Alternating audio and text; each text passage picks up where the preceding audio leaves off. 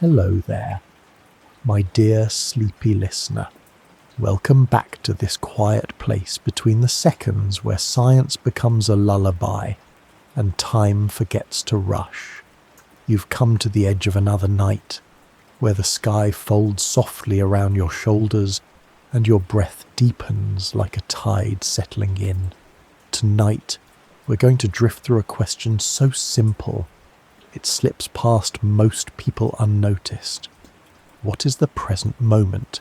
Really? It sounds obvious, doesn't it? Right now, this, the blink you're living in, but like chasing the horizon, the closer you look, the more it vanishes. The present isn't a thing you can hold. It has no thickness, no edges. It doesn't stop for inspection. And yet, your entire life happens here, always in this invisible sliver between what just happened and what's about to. Before you drift away into peaceful slumber, please take a moment to like this video, leave a gentle comment about your favourite moment of science, and subscribe to keep these bedtime stories coming. If you'd like, share where you're listening from and what time zone your dreams begin in. Now, dim the lights, get cozy, and let your curiosity float alongside the stars.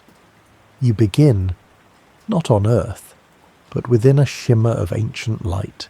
A photon, a weightless traveller, is just now brushing against your skin. Maybe it landed on your cheek while you waited at a traffic light, or blinked into your eye while you were watering a plant. You didn't notice it. You never do. And yet it arrived from somewhere impossibly far. Perhaps this photon began its journey 1 billion years ago, somewhere in a galaxy whose name we don't know, whose stars burned and died before humans even thought to make maps. It raced across the dark with no clocks, no breath, no sense of its own motion. And tonight, in the exact moment you feel the warmth of a beam of starlight, you are touching something impossibly old. This is the first strange truth about the present moment. It's a place where the past finally catches up. You see, when you look at the night sky, you're not seeing what is. You're seeing what was. The moon, bright and heavy, is actually 1.3 seconds old. That's how long it takes her light to reach you. The sun already 8 minutes into the past. The stars, most are ancient echoes, long extinguished, still sending light your way. So when is now? Exactly. If a photon that touched your face just left its star 1 billion years ago, and if every colour you see is a whisper from another time, then where, exactly, is the line between past and present? Even your own body can't keep up. The signals from your toes take milliseconds to reach your brain. You feel the world on a delay, a beautiful, well-crafted illusion that the present is immediate. But it's not. You're always a little late to your own life, and yet you feel so here. There's a comforting paradox in that. It's as though your brain, that strange, warm tangle of cells in your head, has decided to edit time for you, to stitch everything together just right, so that the old light from stars and the new tingle on your skin and the 1,000 signals bouncing through your nerves arrive in harmony. You live in a present that is partly invented, a collage, a gentle lie. But oh, what a beautiful lie it is. It lets you reach out and hold a cup of tea without wondering how your hand got there. It lets you hear someone laugh and understand it in context. It lets you gaze at the moon and think now, I see her. Even though what you see already left. Scientists call this buffer the specious present, a phrase that feels like a spell. It's not a real moment, but a window of awareness your brain builds for you, perhaps just a few seconds wide, enough to make life feel seamless. You are never really in the present. You're looking at it from just behind the curtain, like someone watching a shadow puppet show. And still, it feels real. It feels like now, because your body, every cell, every neuron has agreed to live inside this fiction. Even your eyes play along. Did you know your eyes don't send a constant stream of video to your brain? They send pieces, samples, highlights, little stitched together clips, and yet you don't notice. The world flows, the present holds. Sometimes, though, the illusion breaks.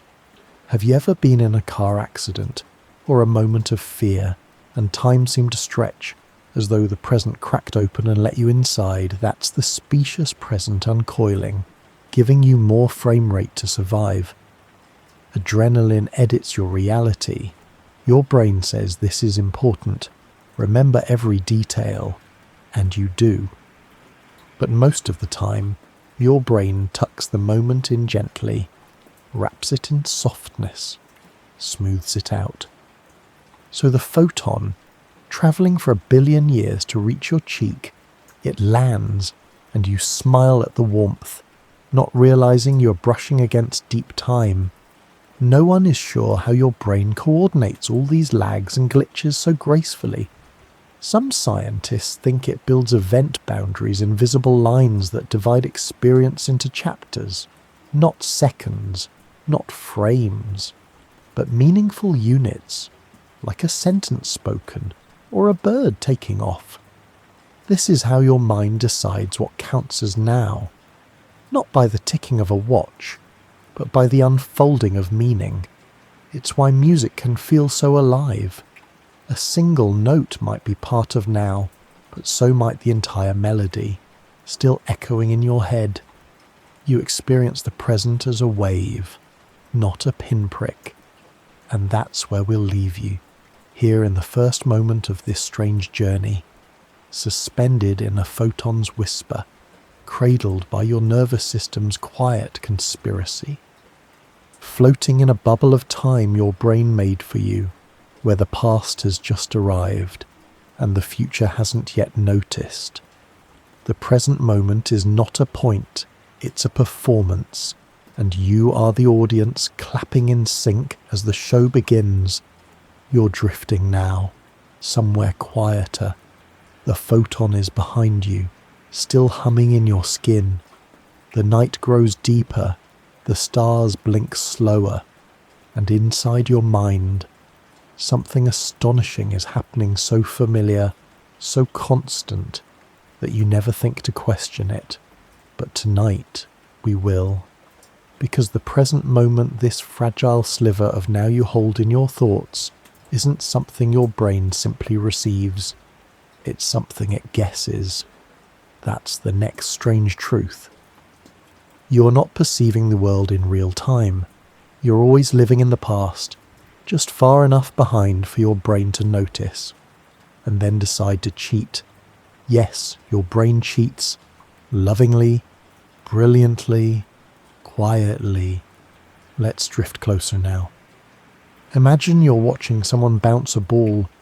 You see their hand move, you hear the sound, you feel the air change against your face, and all of it feels like it happens at the same time, but it doesn't.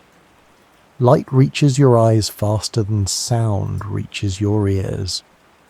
Touch travels differently through the nerves in your skin than sight does through the optic nerve. Even your eyes, each of them, send slightly different signals at slightly different times. But your brain wants your world to make sense, so it holds the faster signals back. It waits a few milliseconds, it lets the slower signals catch up. Then, and only then, it shows you reality, edited, polished, aligned. What you experience as the present moment is a reconstruction, a symphony of delays, playing in harmony. You're never seeing what's happening right now. You're seeing what your brain thinks is happening, just in time. This process is so seamless that even your own movements are fooled by it. When you catch a falling glass or swat a fly mid-air, it feels like you reacted in real time, but your brain began preparing that motion milliseconds before you became aware of it. Your consciousness is the narrator, not the commander. The story was already in motion. You're just catching up. In laboratories, scientists have found that your brain predicts events before they occur, not out of mysticism, but out of necessity. Your brain uses probabilities, patterns, and memory to forecast the near future. If it didn't, your perception would always be too slow, too late. You wouldn't be able to speak fluently, dance, or catch a ball. You'd miss everything, so instead, your mind gently lies. It tells you this is now, even when it's not. Think of it like walking in a dream where the path unfolds just a step ahead of you. You don't notice the construction happening beneath your feet, but it's there, carefully laid brick by brick in advance by the invisible engineers of your nervous system. You might wonder how far behind is the present for most sensations.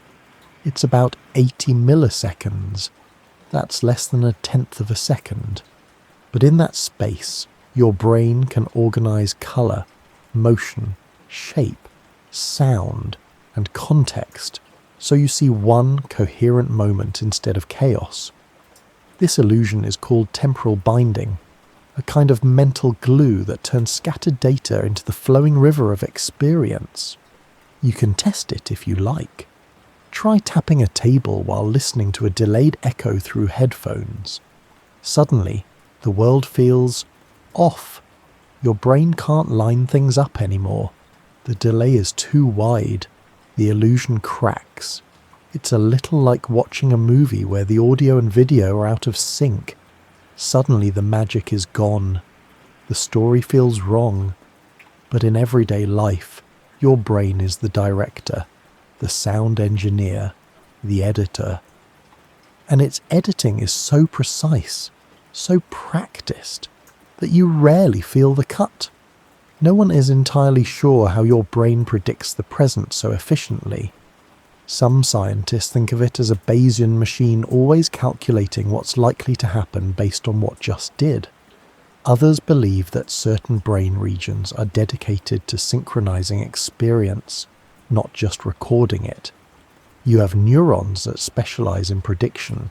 They fire before your hand even touches the doorknob, before the apple hits your palm, before the bird finishes its song. You don't just perceive the present, you anticipate it. And when you're wrong, when something unexpected happens, your brain jolts, like stepping on a stair that isn't there. Suddenly the floor drops, and you realize you've been walking on predictions this whole time. Even something as ordinary as crossing a street is filled with these predictions. The approaching car, the flicker of the traffic light, the feel of the wind. You don't think about them consciously, but your brain does, and every few milliseconds, it updates the story, shifting the plot slightly forward so you stay in tune with reality. Even dreams, those soft night parades, are shaped by these predictive loops. When you dream of falling, your body might twitch not because it happened, but because your brain expected it to. Expectation creates sensation. The present moment is not just a receiver, it's a guesser, a weaver, a performer improvising with scripts from memory. So now, as you lie here still, quiet, nearly asleep, know that your brain is not idle. It is busy predicting the next whisper of wind outside, the next creak of the floor, the next flutter of your thoughts, and by the time you notice them, they've already happened. But it's okay. You were close enough. You always are. Because even though you're living slightly in the past, your brain is kind. It wants you to feel present. It wants you to feel now. and so it paints the moment just right, so you can rest. The stars are beginning to slow, your body sinks a little deeper, the world quiets, as if it's waiting for something. But even here, even in stillness, the earth is not still. Let's drift above it together, above cities dozing in amber glow, above oceans sighing in moonlight, above forests where dew begins to form. From here, earth looks calm, a soft, spinning marble wrapped in blue. But it's always turning, always. You don't feel it, not when you sleep, not when you wake, but right now, this very second, you are moving, spinning, swept along. At the equator, the Earth rotates at over 1,600 kilometers per hour, faster than a passenger jet, and yet you feel perfectly still. Why? Because motion, when constant, becomes invisible, and the body, clever as it is, has no reason to tell you about what never changes. You grew up in this spinning cradle. You were born into its rhythm. And so, stillness is not still. It is just what your body has learned to call normal. But the rotation matters. It defines your day. It writes the script for sunrise and sunset. And it's been doing so for billions of years. Before clocks, before calendars, before memory, the earth spun and the day began. Now float lower just a little. Let's settle above a quiet landscape. Maybe it's a sleepy countryside or a forest pond. Wherever your mind goes, let it be night there. Let it be late. And as you hover, notice something strange. Time is still passing, but nothing seems to be changing. That's because we often confuse time with events. We think of time as something that must bring movement, a falling leaf, a passing train, a ticking watch. But time passes even when nothing happens. It's in the steady turn of the earth, the drift of shadows, the angle of starlight. Even if you did nothing for hours, no speaking, no blinking, no breathing, you would still be carried forward.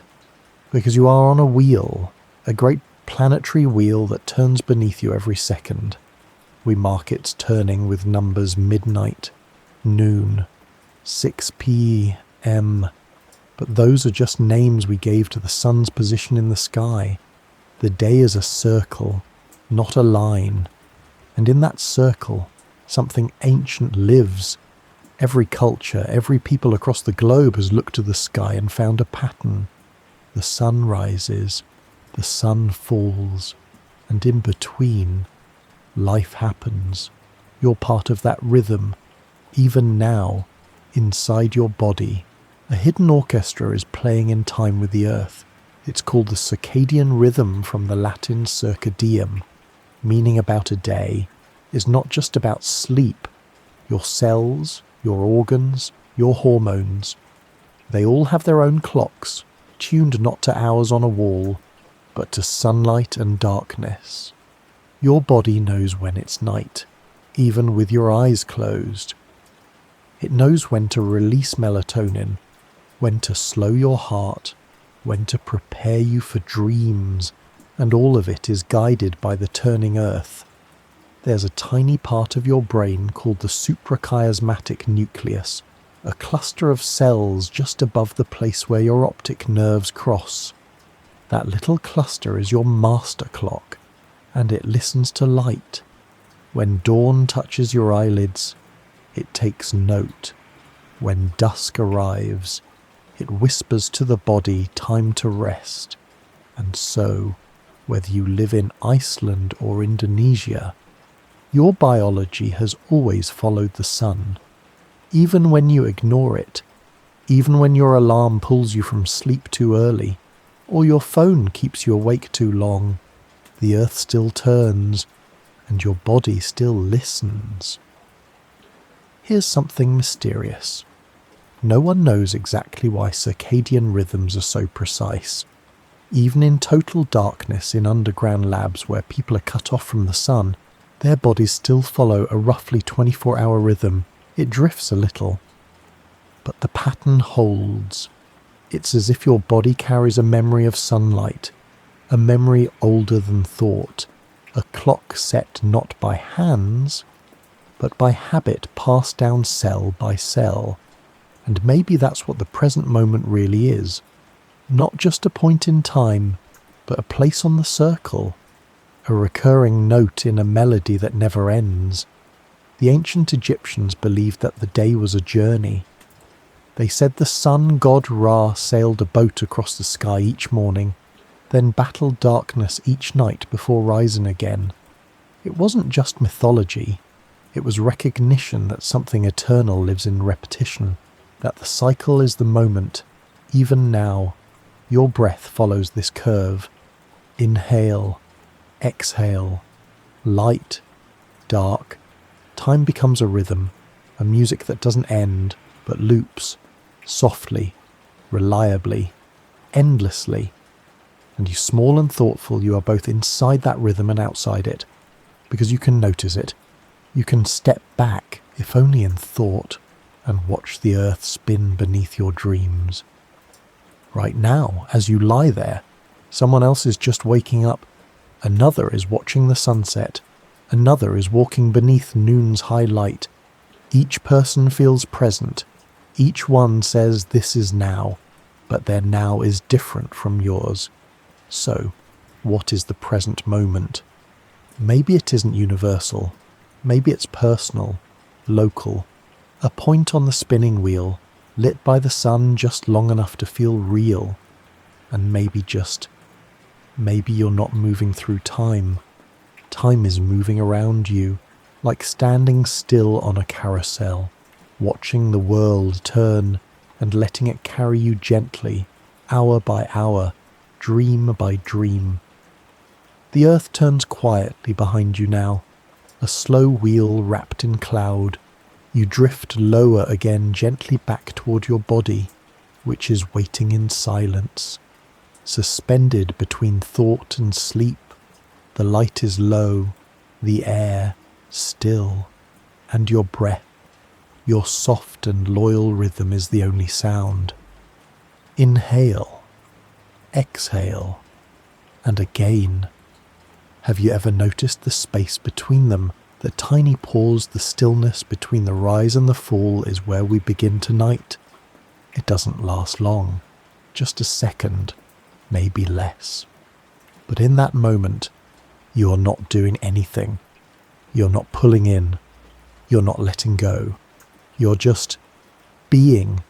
No effort, no future, no past. Just one suspended moment of presence. Some call this the natural breath, the one that arises when you stop trying, when your body remembers how to breathe without your help, and when you listen, truly listen, you begin to notice something beautiful.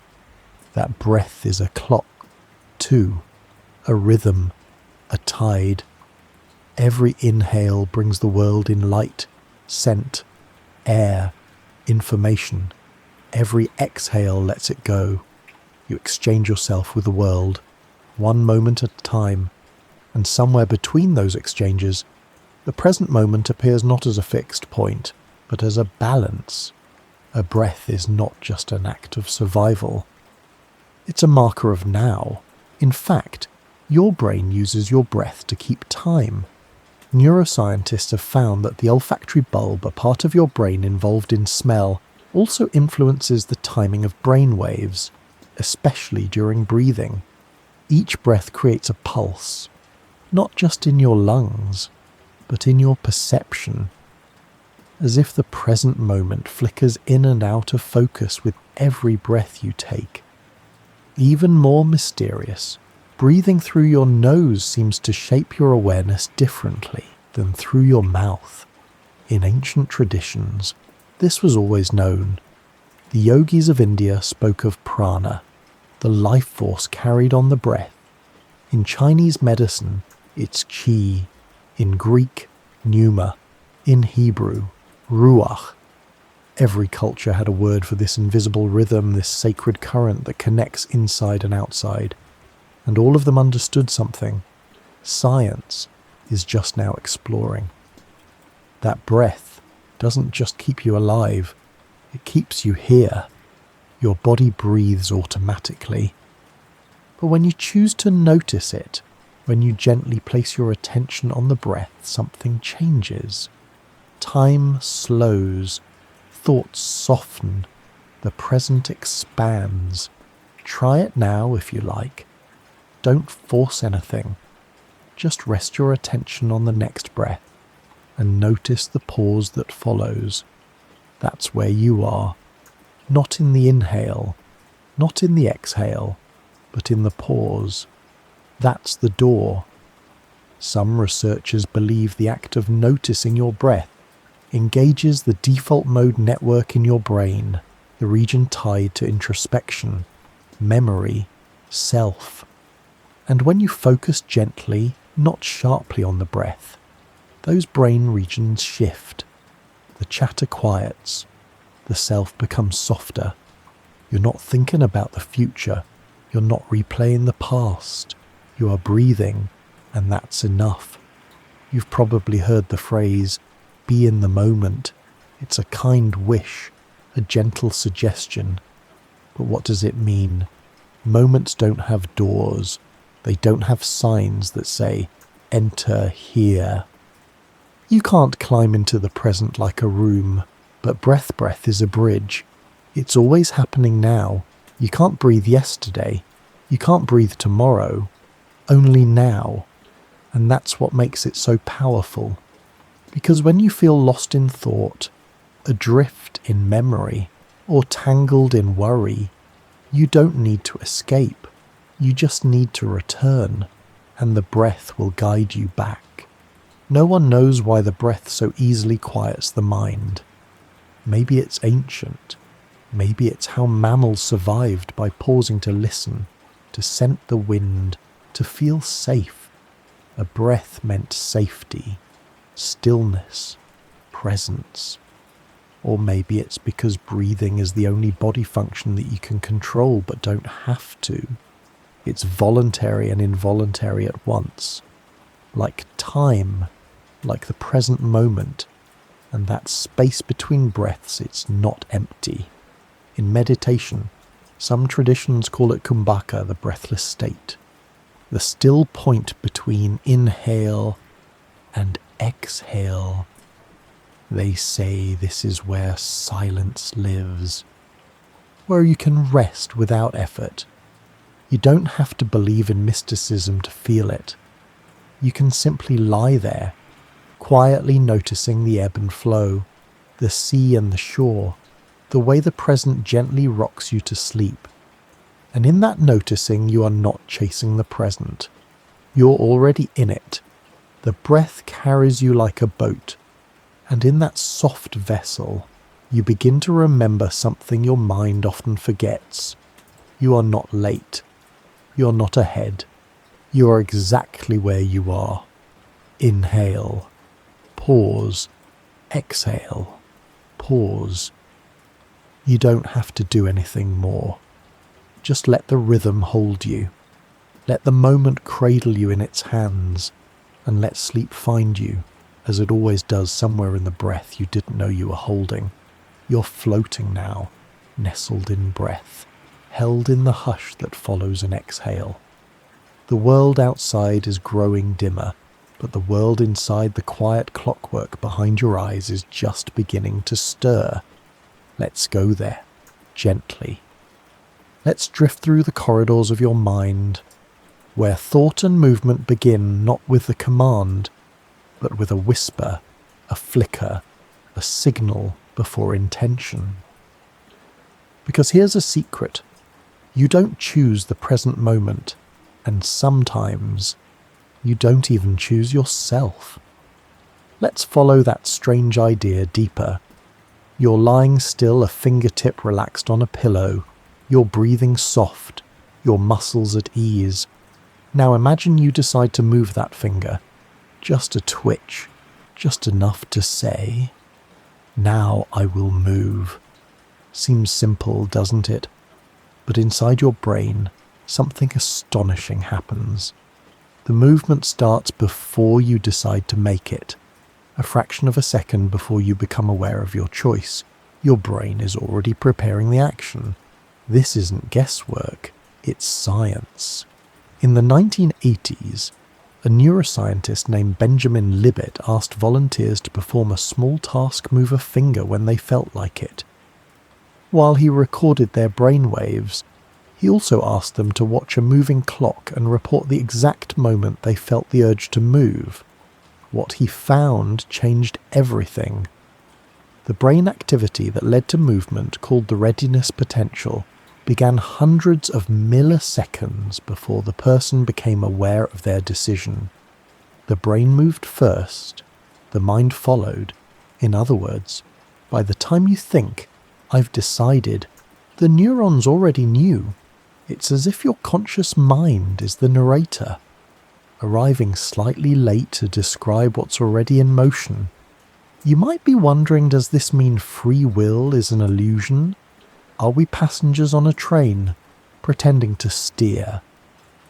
Not exactly. But it does suggest that consciousness, the part of you that feels like you, is only the tip of a vast underwater world, a glowing iceberg of hidden activity. Below the surface, billions of neurons fire and pause, calculating, guessing, reacting, initiating. And only a handful of those signals ever rise to your awareness. Most of the work is done in silence. Even now, as you listen, your brain is filtering the hum of the room, the temperature of your feet, the distant night sounds you don't even realize you're hearing. It's choosing what to notice, what to bring forward, what to hold back. And when you decide to act, to speak, to reach, to smile, your brain is already halfway there. This doesn't make you less free. In some ways, it makes you more mysterious, because your mind is not a spotlight, it's a constellation, and you're not a single thought. You're a field of probabilities, a collection of movements and maybes, weaving a story of self one flicker at a time.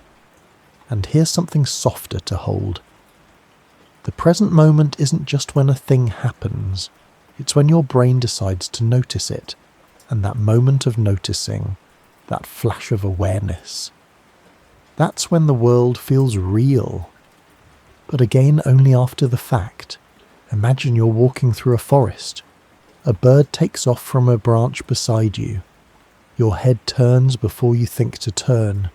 Your heart skips. Your breath catches. And then only then your mind says, "A bird just flew." The present arrived before you realized it, and you followed it like a ripple in a pond. Even your emotions behave this way. You feel something, a tightening in the chest, a quickening of breath, and only after your body has responded do you label it as fear, or excitement, or awe. You live in a symphony of delayed awareness, but it's a beautiful delay, a graceful one, like hearing the echo in a canyon and still feeling as if it's the voice itself. And so, we ask again, what is the present moment? It is not the second a neuron fires, not even the millisecond your muscle twitches. It is the shimmering surface where unconscious action meets conscious reflection. It's the pause between what happens and what it means. That's where you live, not at the beginning, not at the end, but at the intersection. Your brain builds that intersection just in time, like a bridge that appears beneath your feet as you walk through sleep. And every step is a choice you think you made just after you made it. But maybe that's what it means to be human, to ride the wave just behind the crest, to live inside a moment your brain lovingly prepared and handed to you wrapped in awareness. It doesn't make you less real.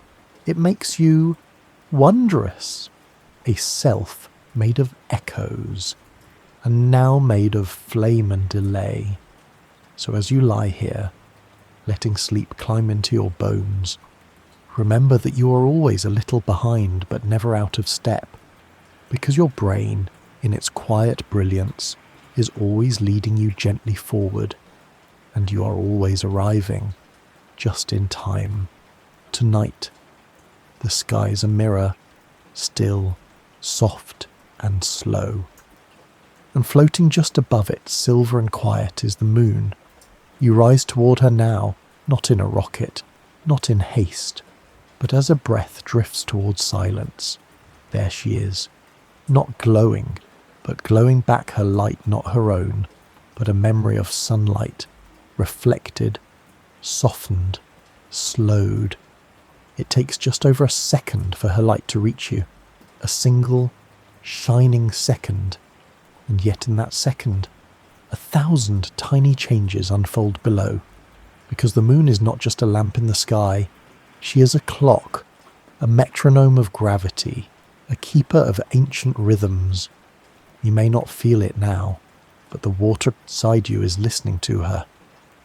Let's drift lower past rooftops, over trees, down to the coast.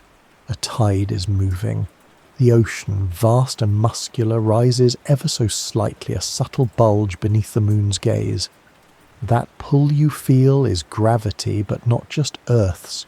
The moon pulls too, not hard, not sharply, but enough. Enough to move oceans. Enough to rock continents ever so slightly. Enough to define time itself, because here's something poetic and true. The moon shapes the dates, not in seconds, not in hours, but in tides. Twice a day, in most places, the sea comes closer and then retreats. It's a breathing, a planetary breath. Inhale, exhale, moonrise, moonset. Before humans counted time with gears and quartz, they watched the sea. The coming and going of water was the earliest kind of clock. It told them when to fish, when to harvest, when to wait. And even now, in your body, those same rhythms echo quietly. The human body is over half water, and though science hasn't found direct evidence that the moon moves our moods, many believe we feel her.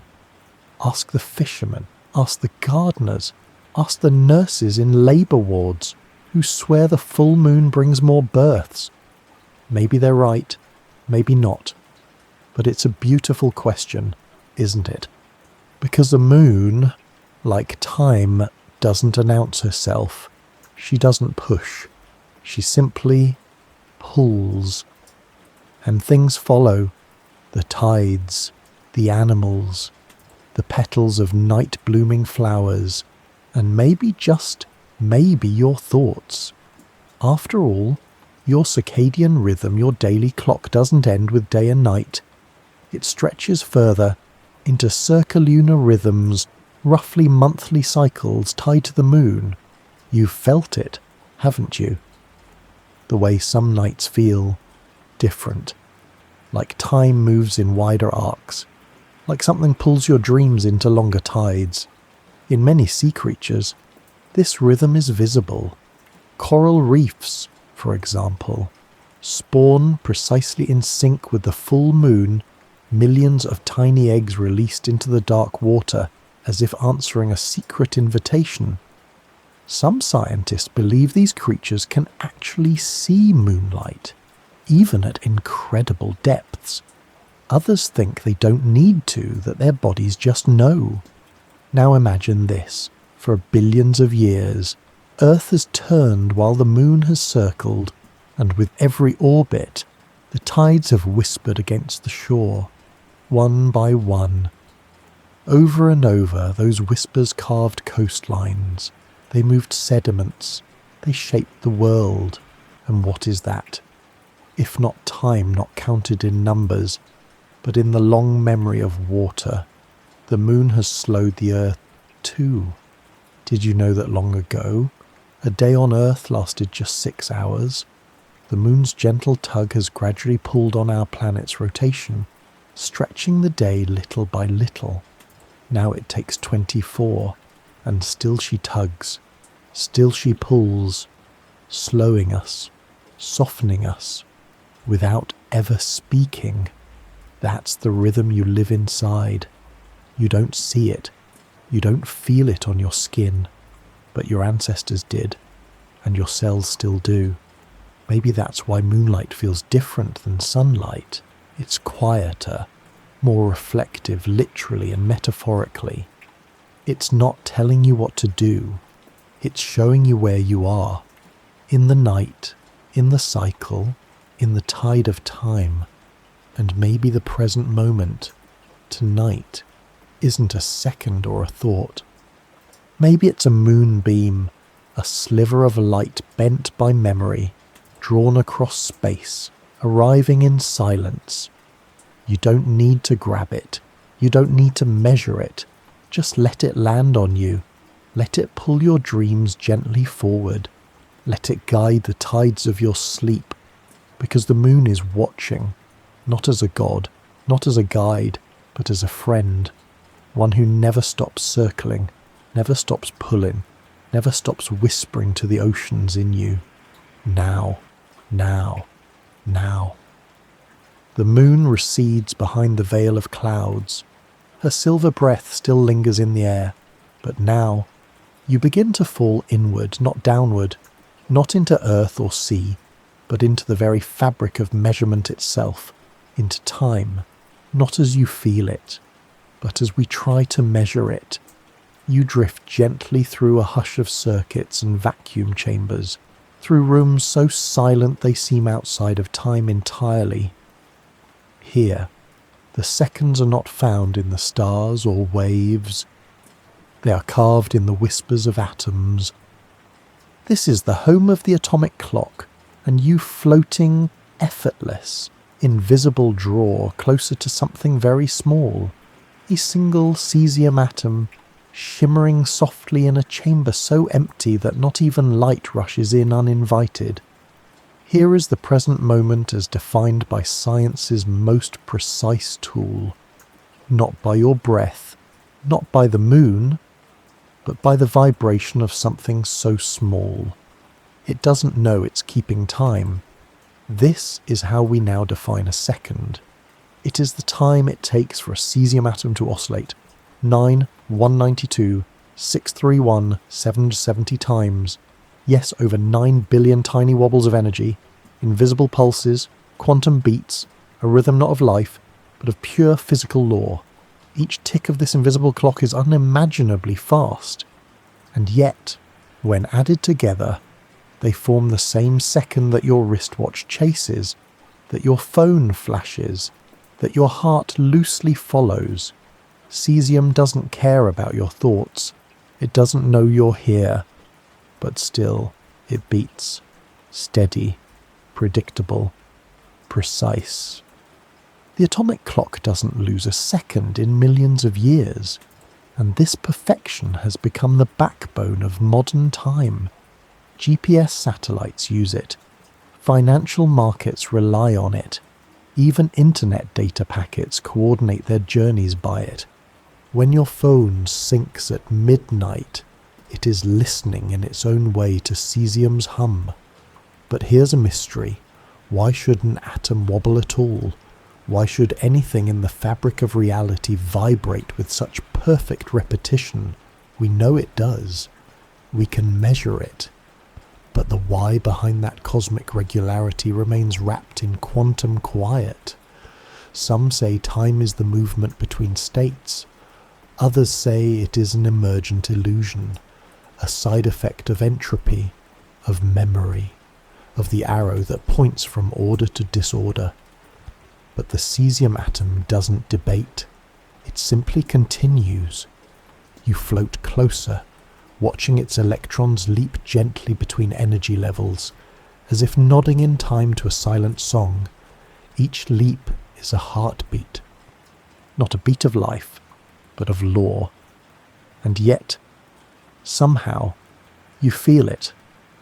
Because even the coldest, most precise measurement of time eventually returns to the warm human desire to know when we are.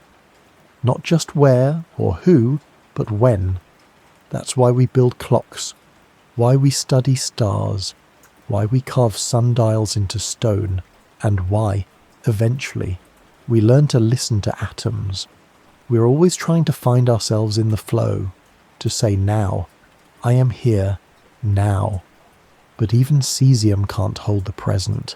It can only count its passing. Even our most perfect clocks do not create the moment. They only mark where it was. And still, that's enough. Because every moment you live, every memory, every kiss, every falling leaf, every candle blown out, is bracketed by something cesium might have counted. But you didn't need to count. You just needed to feel it. Here's something beautiful to ponder. There are atoms vibrating in your body right now. Countless tiny oscillations. The same laws. The same energies. You are, in a sense, your own clock. Not as precise, not as cold, but just as real. Your heartbeat, your breath, your thoughts, all pulsing, not in billionths of a second, but in human time in the rhythm of laughter and silence, waking and sleep. So maybe atomic time isn't better, it's just different, smaller, sharper, unfeeling, but necessary. Because when the world runs on light-speed signals, on satellites and code, we need something constant. And so, deep in hidden labs, the cesium continues, ticking, oscillating, never noticing you. But tonight, you noticed it. And now you know that the present moment as coldly measured by science is a cascade of impossibly fast pulses that we slow down just enough to call a second. And within that second, you can fall in love, you can smile, you can close your eyes, because while cesium may define the second, you define its meaning. And perhaps that's where the truest present moment lives, not in the atom, but in your awareness of it. A moment noticed is a moment made. So rest now, dear listener, let the atoms keep ticking, let the satellites spin, let the world be counted, precisely. You don't have to keep track. You're already here. The atoms fade now, still ticking in the background of time. But you are drifting somewhere quieter into the warm, flickering folds of your own mind. You've been here before. It's the place you visit when you remember the smell of bread, or the way the light looked on your favourite morning. It's not a location. It's a feeling. You are walking into memory, but tonight, you're not here to retrieve a name or a birthday.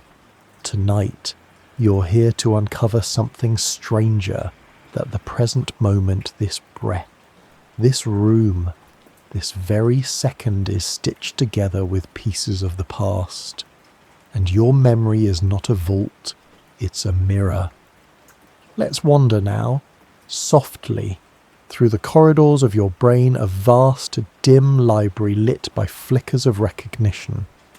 In your hippocampus, new memories are gently gathered like fallen leaves. But here's the thing, they are not stored as perfect recordings. They are rewritten, refined, folded in with older ones. Every time you remember something, you alter it. You don't press play on a video, you reassemble a painting, and your brain, clever as ever, uses those paintings to colour the present. Let me explain. When you walk into a room, your eyes send signals to your brain. Light, colour, shape. But that's not enough. To make sense of it, to feel like you're truly there, your brain pulls from the past. It fills in the blanks. It says, this is like that morning in spring. Or this shadow feels familiar. Or I know this scent. So what you experience as now is not just what your senses detect. It's what your memory provides to complete the picture. And because of that, every present moment is slightly retouched, softened by your history, shaped by your story. Even the words you hear now, this sentence, this voice, are interpreted through memory. Language, after all, only works because your mind recalls what each sound means. And so, we live in a mirage, a shimmering blend of what's here and what was here once before. Think of it like walking through a dream where the walls are partly drawn from childhood, partly from yesterday, and partly from what you expect to see. Some scientists believe the default mode network, the same set of brain regions involved in daydreaming and introspection, is always active, even when you're not thinking consciously. It weaves memory into experience. It shapes the present by rehearsing the past. And here's something even stranger: studies show that people with damaged memories have difficulty perceiving the future. Because to imagine what's next, you must rearrange what has already been. The future and the past are not separate tracks. They are made of the same material, and the present is the moment when that material is spun into awareness. So when you feel in the moment, you are not in a vacuum. You're in a delicate braid of what you remember, what you feel, and what your brain believes is happening now. Here's a gentle example. Have you ever entered a familiar place, a childhood home, a classroom, an old garden, and felt like time folded inward? That sense of this is now, but also this was always, that's memory filling the air. It's the past holding hands with the present, and your brain, quietly, agrees, yes, this is here, and this is then. The present moment becomes layered, not a single slice of time, but a palimpsest, a page written over and over, but never entirely erased. No one knows how deep this layering goes. Some believe that even micro-memories, the last few seconds, are edited in real time. When you watch a film, for example, your brain smooths the cuts. You don't see the edits. You see a flowing story. Even your awareness works like that. It blends what just happened with what is happening so smoothly that you feel only now. But it's an illusion, a beautiful one, a necessary one. Because if you truly lived in the absolute present, with no memory, no past, no comparison, it wouldn't feel like anything at all. You wouldn't know who you are. You wouldn't know that what you see has meaning. And so, your brain weaves a soft fiction. It gives the present a texture, a tone, a story. And what is memory, really, if not a way of making time feel like yours? The moon doesn't remember her orbits. The atoms don't remember their ticks. But you do. And because of that, the present moment becomes more than just a measurement. It becomes meaningful. It becomes felt. So rest easy. Dear listener, your memories are not behind you. They're beside you, guiding your perception, shaping your awareness, softly colouring the now. You don't need to hold on. You don't need to recall everything. Your brain is already painting the present for you with a palette of time and a brush made of gentle remembering. And as you close your eyes, know that even this moment will soon become memory. But for now, it is still happening, and that is enough. You're lying still now, blanketed by memory, wrapped in a moment that feels soft and real. But even here, even now, something curious lingers in the air, a delay. Not a long one, not enough to notice, but enough to shift the truth of your experience. Just a whisper of a gap between what is and what you feel. Let's explore it gently, not with force, not with worry, but with curiosity. The way you might study the shimmer of a heat wave above a desert road. Start with your body. Imagine reaching out to touch something is smooth stone, a glass of water, a warm hand. The moment your skin makes contact, you feel it, don't you? But that feeling, as immediate as it seems, is already late. Your nerves are fast, but not instant. Signals from your fingertips must travel up your arm, through your spinal cord, into the thalamus, and then scatter across your brain like sparks finding meaning in the dark. Only then do you say, I feel it. Only then does now arrive. It's not just touch. Sight, too, takes time. Light enters your eyes. Your retinas translate photons into electrical impulses. Those impulses must travel through the optic nerve, split and cross, pause at relay stations, and finally reach the visual cortex in the back of your brain. There. The image blooms not where the light touched, but deep inside the theatre of thought. It's a stunning feat. It happens in less than a second. But that second means everything. Because it means you're always a little bit behind. You're touching shadows of what just was. You're hearing echoes, seeing reflections, feeling ripples, and yet it all feels seamless. That's the wonder. Your brain edits the lag. It compensates. It predicts. It builds a convincing illusion that you are touching the moment directly. You're not, but it feels that way, and maybe that's enough. There's a name for this quiet trick perceptual latency. It refers to the time it takes for your senses to become awareness. Different senses operate on different clocks. Touch is fast, sound is faster, smell is slow. When you smell something rain on pavement, cinnamon on toast, or the salt in a breeze, the molecules must travel through air, reach your nose, dissolve into mucus, bind to receptors, send signals. It takes time, sometimes more than a second. So when you say, I smell the sea, you are speaking of the past. A small, fragrant ghost of what already happened.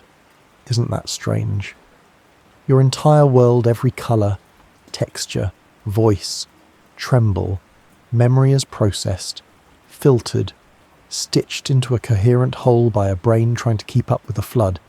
And it does so beautifully, Amram, in fact, that you forget it's happening at all. You don't question the timing, you don't notice the lag. You just feel present, and that's the illusion. Not a malicious one, not a flaw, but a gift. Because if you experienced everything in raw, unfiltered chaos, you'd be overwhelmed. You wouldn't survive. Instead, your nervous system smooths it out. It buffers, it binds, and you float through a world that feels perfectly in sync. But the sync is constructed. Let's test it. Softly. Tap one finger against your other palm. Notice the sensation. Now close your eyes and imagine the same motion, but happening a full second later. It feels off, doesn't it? Like a glitch in a song you know too well. That's because your brain expects reality to unfold in a very specific rhythm. And when that rhythm is broken, you notice. Suddenly, the delay is not invisible anymore. Here's another soft truth. Even your voice reaches you on a delay. When you speak, the sound travels through air and through the bones of your skull.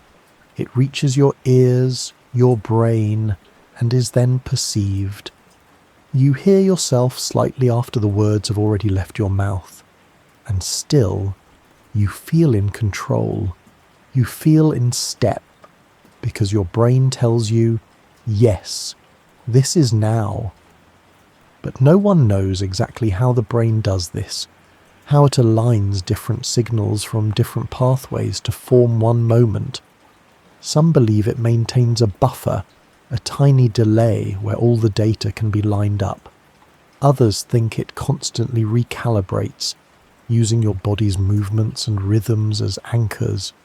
Either way, you're living in a constructed now. And yet, isn't that how meaning works? Think of music. Each note is gone before the next begins, but you don't hear them as separate. You hear a melody, because your brain holds on to the last note just long enough to blend it with the next. Memory and delay become music. Perception and lag become life. So maybe the present moment isn't a pinpoint.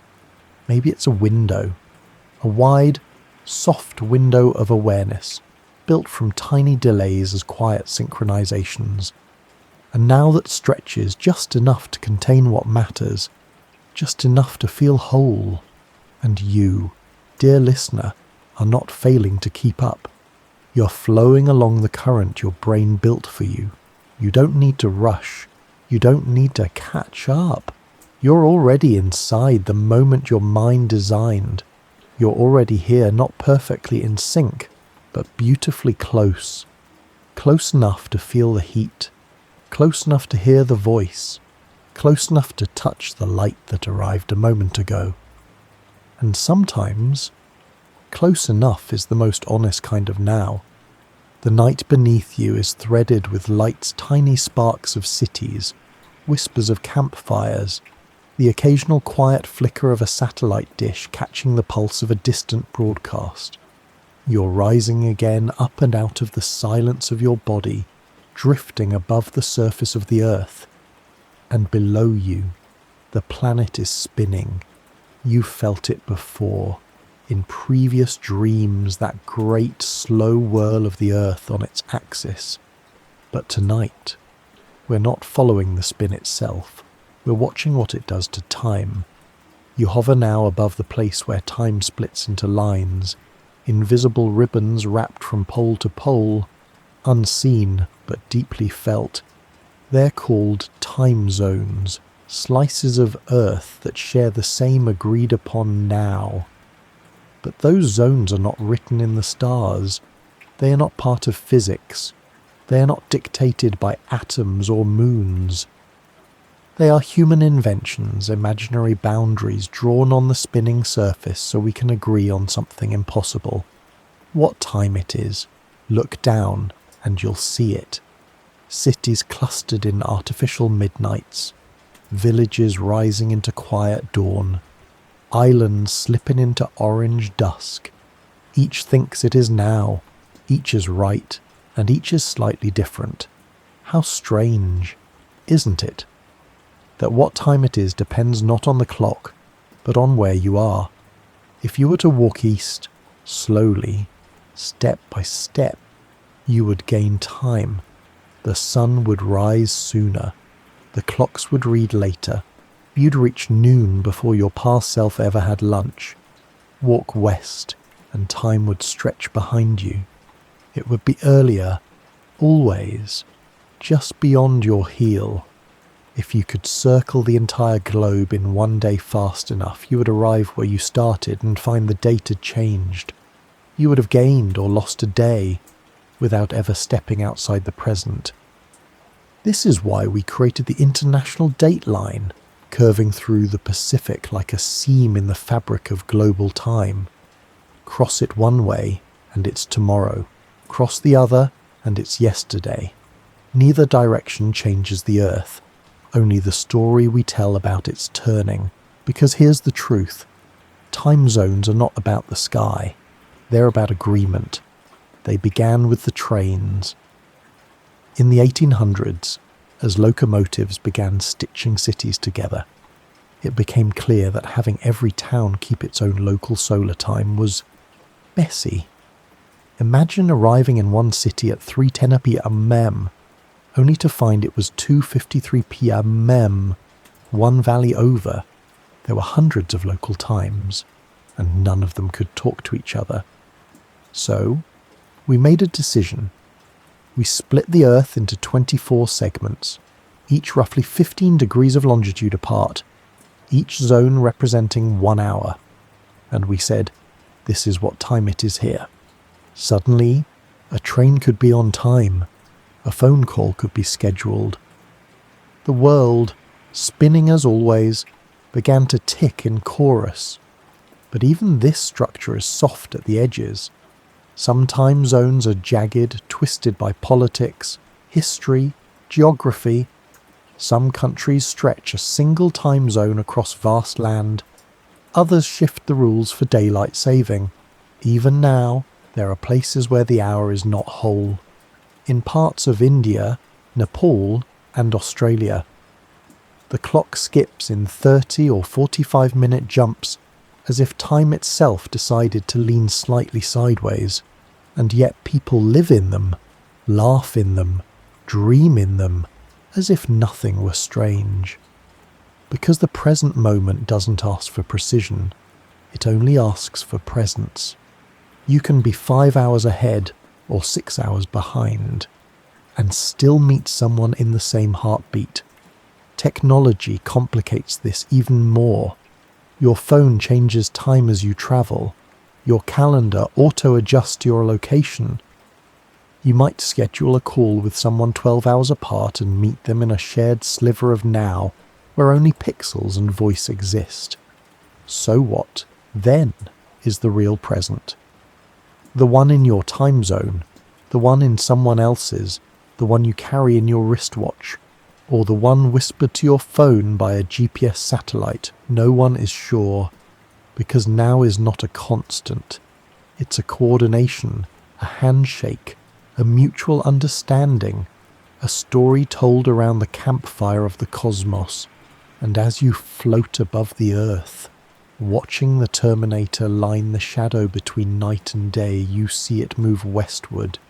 That's where the sun is rising, and to each person who sees it, that sunrise is their present moment. They look up and say, "Now begins." Even though you've already watched the sun set, both are true. Both are now. So rest gently in that idea. The present moment is not fixed. It flows around the globe like music in different languages. Each culture sings time in its own tongue. Each place counts the seconds in its own melody. And yet we all dance together, sometimes out of sync, sometimes perfectly aligned, but always trying, always turning toward the light. So wherever you are, whatever your time zone, know that someone else is dreaming beside you, though their clocks may disagree, because time, after all, is not about agreement, it's about connection, and that is always happening now. You're deep inside the body now, not soaring above time zones, not tracing moonlight, but gliding through the quiet machinery that makes you feel alive. Down, down, into the warm corridors of your own nerves, where the smallest flickers of electricity become thought, and thought becomes you. Have you ever wondered how long does it take for a thought to happen? Not a sentence, not a memory, but the very first pulse, the very first ripple of knowing. We are told that we are our thoughts, that the present moment is when we become aware, but awareness, like everything else, has a speed. Let's begin with a whisper, not one spoken aloud, but one travelling through the fibres of your nervous system.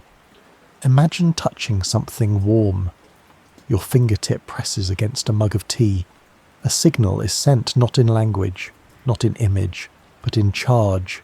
Sodium, potassium, calcium, tiny ions crossing channels in your skin. An electrical impulse is born, and now you follow it. You shrink smaller and smaller until the nerve becomes a wide tunnel, and you are the whisper travelling through it. You move fast, perhaps 100 meters per second, but not as fast as light, not as fast as thought seems to feel. You're fast, but not instantaneous.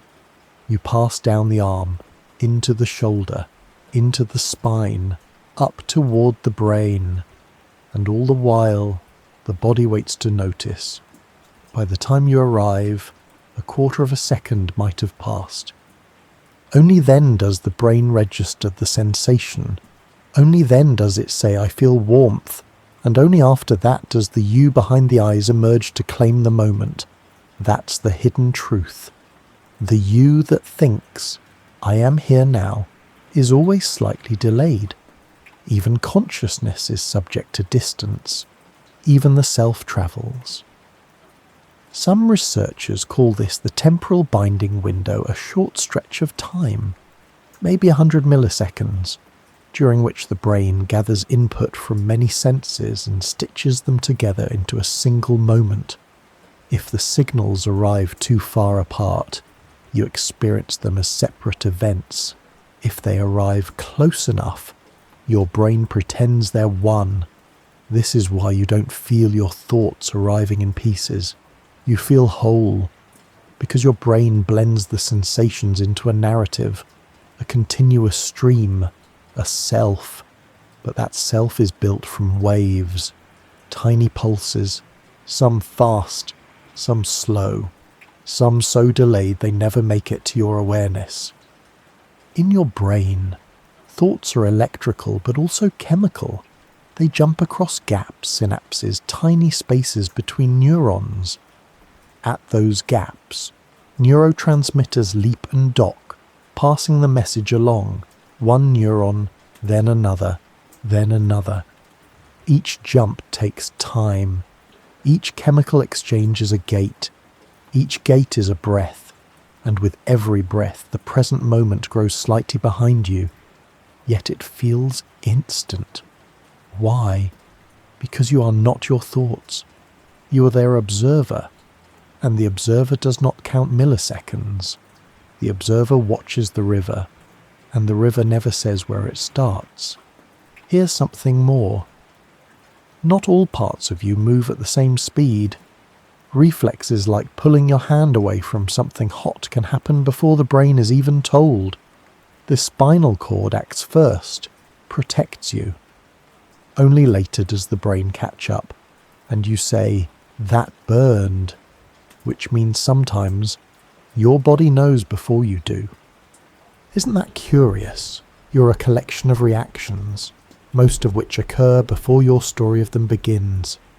Even decisions what to eat, where to look, what to say, are influenced by unconscious processes long before your awareness claims them. And yet, you feel in control. Because the conscious mind is not the creator of the moment.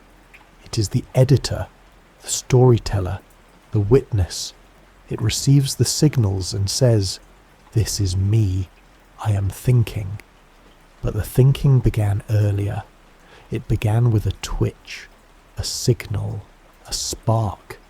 And even that spark is built on biology, on voltage, on atoms moving across membranes.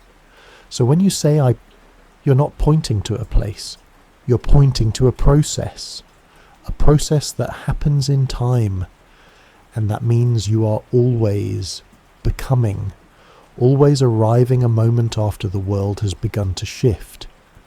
But that's okay, because the miracle isn't that you're late. The miracle is that you feel present at all. That amidst all this delay and transmission, you emerge as a whole person with memories, emotions, longings, curiosity. The brain, for all its complexity, manages to give you the gift of presence, however briefly, however delayed. So when you think a thought, or feel a breeze, or hear your name, remember that thought took time to arrive. It crossed cells. It rode electric waves. It leapt chemical chasms. It was shaped, filtered, folded, and only then did it become a moment in your mind. And even now, as you listen to these words, your brain is a second ahead, already preparing what to feel next, already shaping what this means.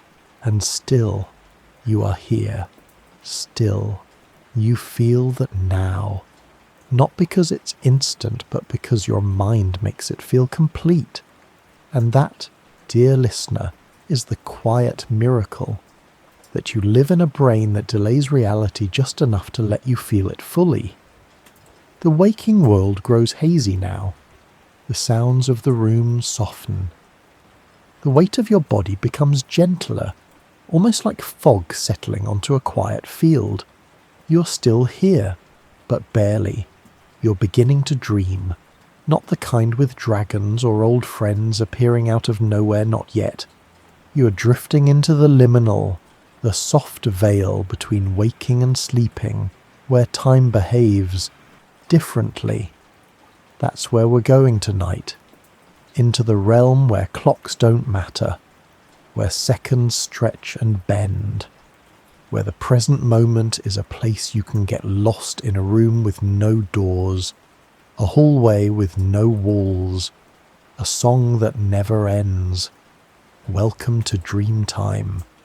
You've felt it before. You've fallen asleep for what seemed like 10 minutes and woken to find an hour passed. Or maybe the opposite, a dream that felt like a lifetime, compressed into a nap on a couch, a blink on a train. Why does this happen? Why? In dreams. Does the present moment lose its usual shape? Let's wander deeper to find out. In waking life, your experience of time is tethered to the body, your breath, your heartbeat, the rhythm of sunlight through the window. Your brain uses these cues, internal and external, to build a model of what now is. But in dreams, many of those cues fall away. You're not checking your phone. You're not hearing footsteps or feeling wind. You're floating in a theatre built entirely of thought, and thought is not bound by seconds. In dreams, you can leap across days in a sentence, watch mountains rise and fall in moments, live entire journeys in a single scene, and it feels real. Not just real, timeless. Scientists have tried to study this. They've asked dreamers in sleep labs to perform tasks while lucid, like counting to 10 or tapping a finger, and then comparing how long the task feels versus how long it actually takes. The results. Dream time isn't totally untethered. It often runs parallel to real time, but not always. Emotions, intensity, narrative, they can all distort your sense of duration. And sometimes, what feels like an hour is only a few seconds of brain activity. Here's something poetic to hold. Dreams are built in the same language as memories, the same regions, the hippocampus, the default mode network light up in both. Which means dreams may feel long because they are made of memory-like fabric, and memory is not a timeline. It's a mosaic. Pieces from different moments stitched together into a new picture. So in dream time, you're not just moving forward, you're folding time, bending it, rewriting it. The present moment becomes a canvas, not a line. And you are the painter, the viewer, the wind that dries the paint. Even REM, sleep, the stage when most vivid dreams occur, has its own rhythm. You cycle through it in waves, each longer than the last. Your final dream before waking may be the longest, yet feel like the shortest.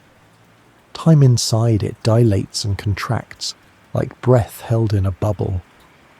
But perhaps the most mysterious thing about dream time is how it feels when you're inside it. Like truth. You rarely question the flow. You rarely think, this isn't the right time. You just accept it. Because in dreams, the present moment is not measured by clocks. It is measured by immersion. If you're fully in it, feeling, seeing, reacting, then it is now. Even if that now is built from impossible moments. Have you ever woken up crying from a dream, or laughing, or feeling a deep ache for someone who isn't there? That's the dream's present leaking into waking time. A reminder that emotions, not minutes, anchor our experience of now. And maybe that's the key. Maybe time, in its deepest form, is emotional. Not mathematical, not linear, but experiential. The way a child can lose a whole afternoon in play. The way a heartbroken moment can last for weeks. The way a dream can feel like forever and vanish in the blink of an eye. So here's something gentle to consider. Maybe the present moment isn't what the clock says. Maybe it's the moment that feels full. The one where you're not waiting, not looking back, not rushing forward, just being. That's what dreams teach us.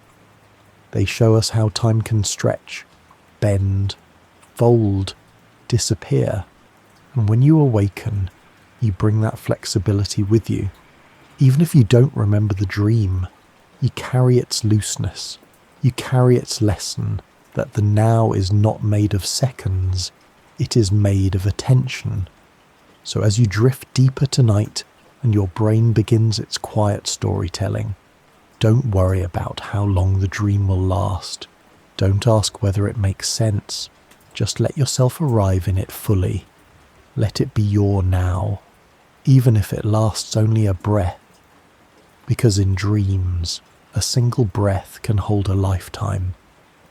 The dream has loosened its grip now, leaving behind a kind of hush, that velvety quiet your body knows best in the hours before dawn.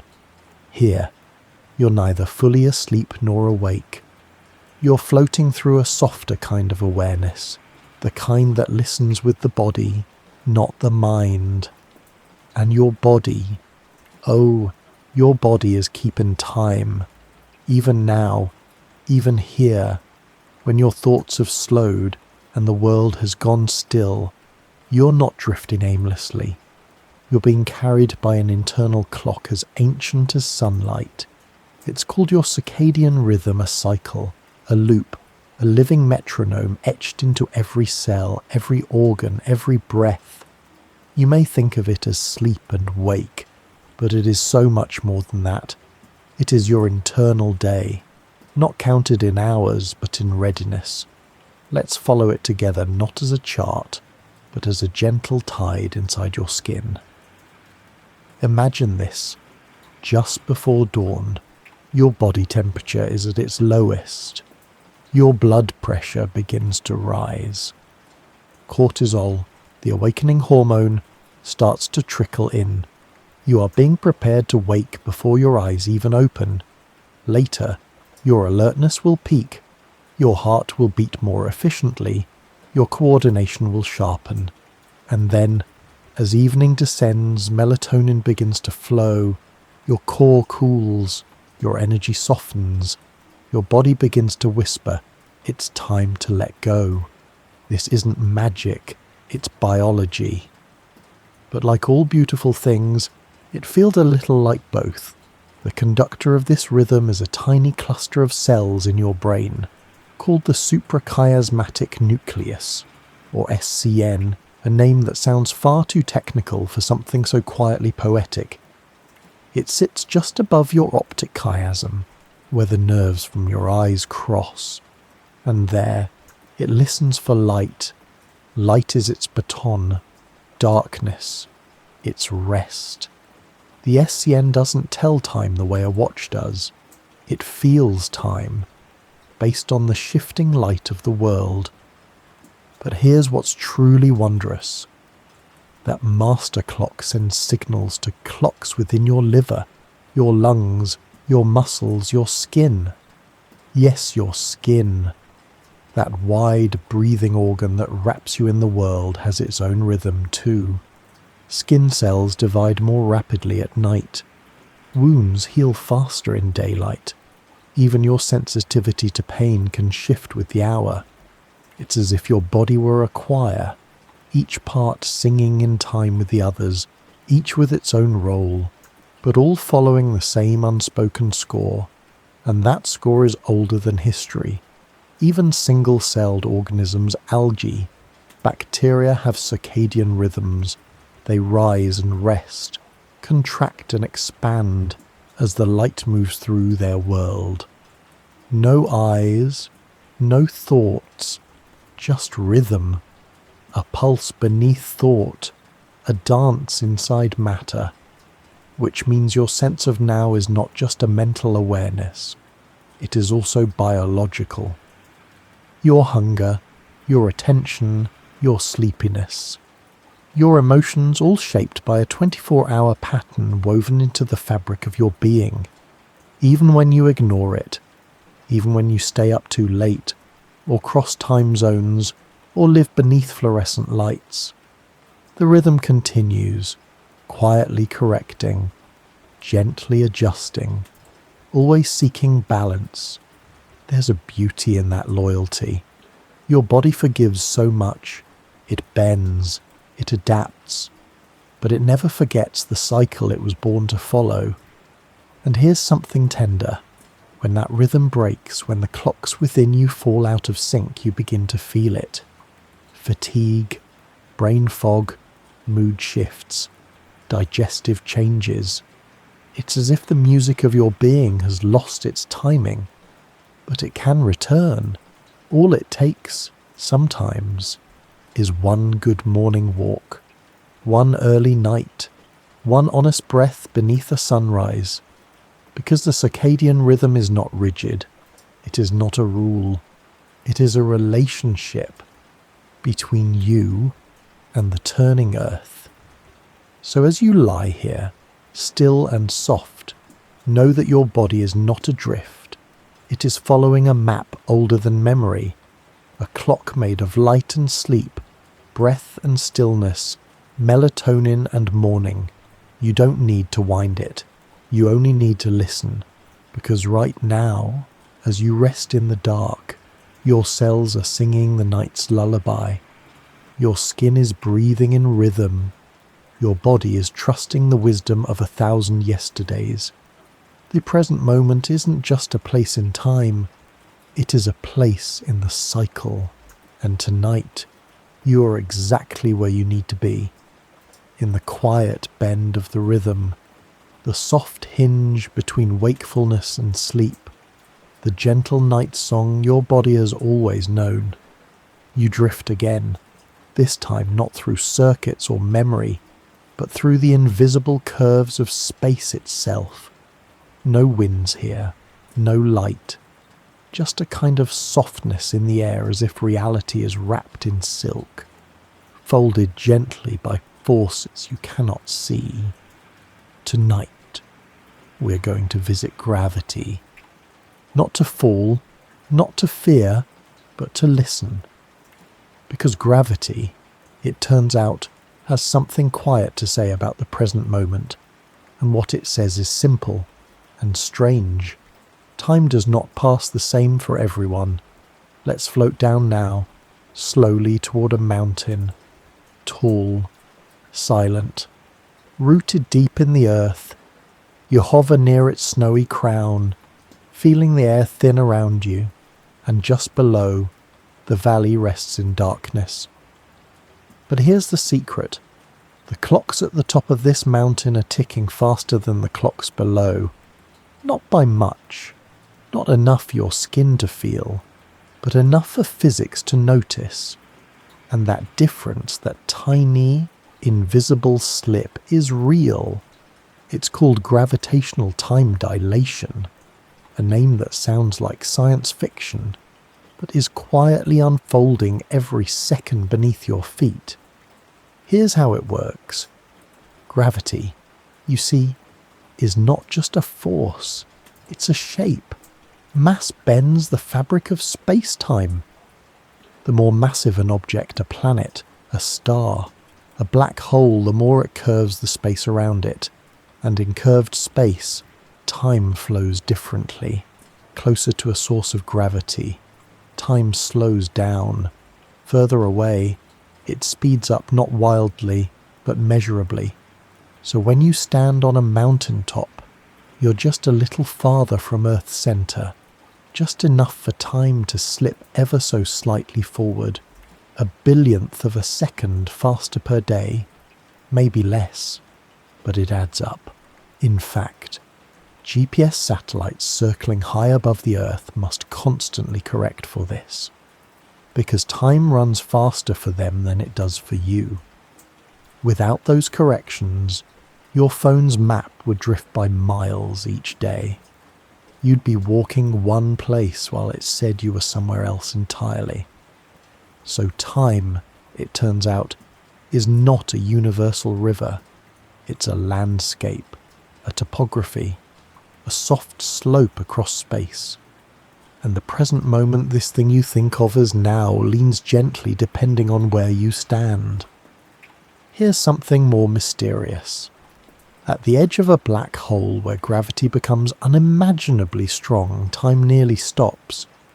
A clock falling toward the event horizon would appear to freeze from the perspective of someone far away. The present moment there is stretched so thin it becomes silence. This isn't theory, it's measured. Astronauts aboard the International Space Station, moving quickly in low orbit, experience both gravitational and velocity-based time dilation. Their clocks tick slightly slower than those on Earth. Over 6 months, they'll have aged a few milliseconds less. It's not enough to feel, but it's enough to matter. It's enough to remind us that the present moment is not absolute. It is local, shaped by where you are, how fast you're moving, how close you stand to something heavy. It is quite literally relative. Einstein showed us this, that time and space are not separate, that your movement through one affects your path through the other. So when you lie still at night, you're not entirely still. You're riding Earth's spin, its orbit, its gravity. And in doing so, you are bending time even if only slightly. Isn't that gentle and strange that your body, so small in the cosmos, can change how time flows? Not dramatically, not enough to leap forward or fall behind, but enough to say this moment, right here, is a little different than the one over there. And so we ask again, what is now? Is it a line we all share, or a curve, a wave, a mood of space? Maybe it's all of them. Maybe now is a slope we're sliding down together, each of us at slightly different speeds, depending on where we are. And maybe, in some distant galaxy, beneath a denser star, someone else is living there now a bit more slowly than you, and still they feel present, just as you do now. Because the brain doesn't know time has slowed. The heart doesn't notice the difference. The breath still comes and goes. You're always in your own now, even if it's tilted slightly compared to someone else's. So rest easy in that tilt. Let gravity hold you. Let it draw the covers of time a little tighter around your shoulders, because the weight of the world is not a burden. It is a rhythm, a soft pull, a reminder that you are part of something vast and curved, and in that curve, your now is true, even if it's not universal. It is yours, and that is enough. The mountain fades behind you, the valley sinks into mist, and once again, you are weightless.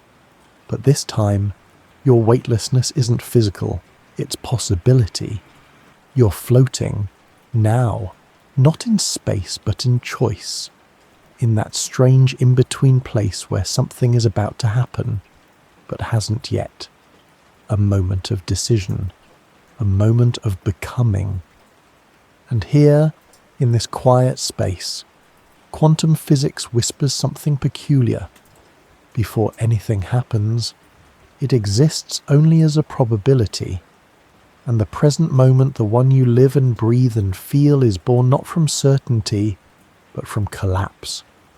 Let's slow it down together. Imagine a single particle, a tiny, fundamental point, not even a speck, really, but a possibility. Before it's measured, before it's observed, before it interacts. This particle exists in what physicists call a superposition.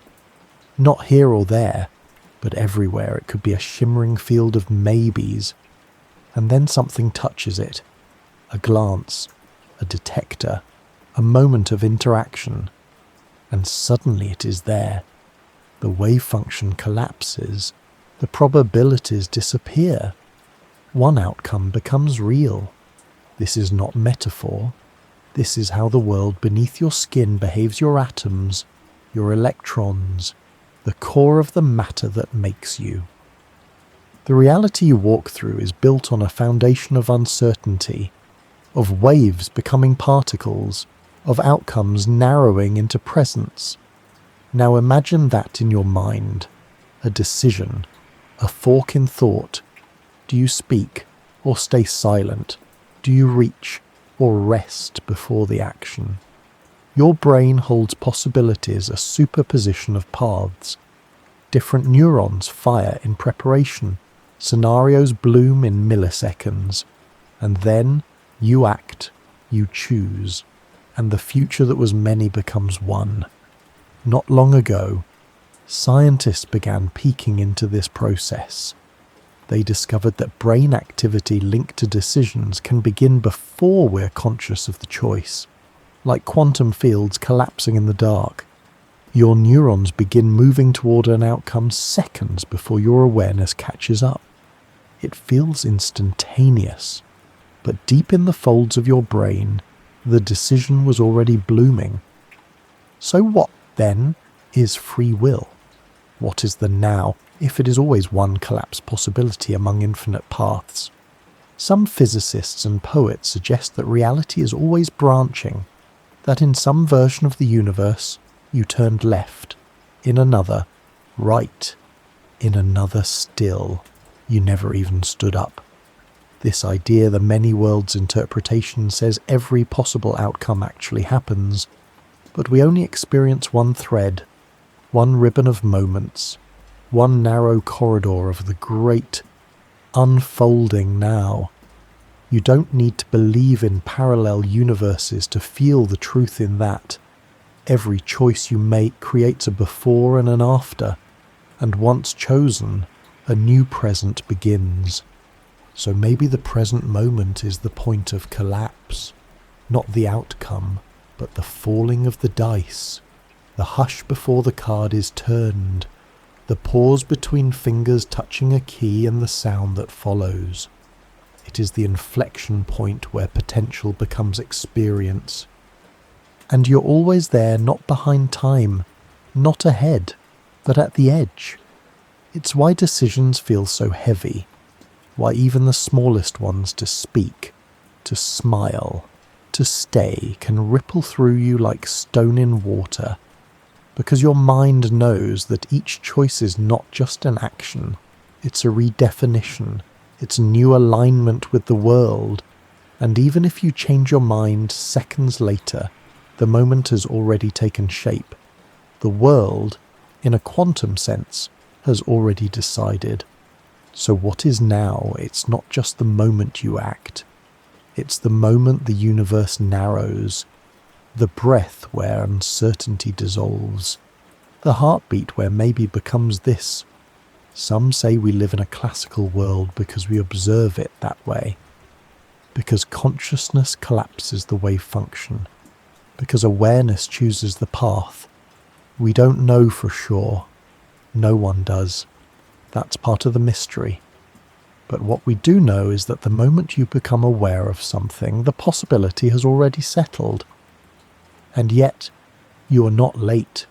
You're precisely when and where you need to be, because the present isn't just about knowing, it's about flowing. You are the particle, and the observer, and the moment that brings them together. You are the choice, and the choosing, and the chosen path.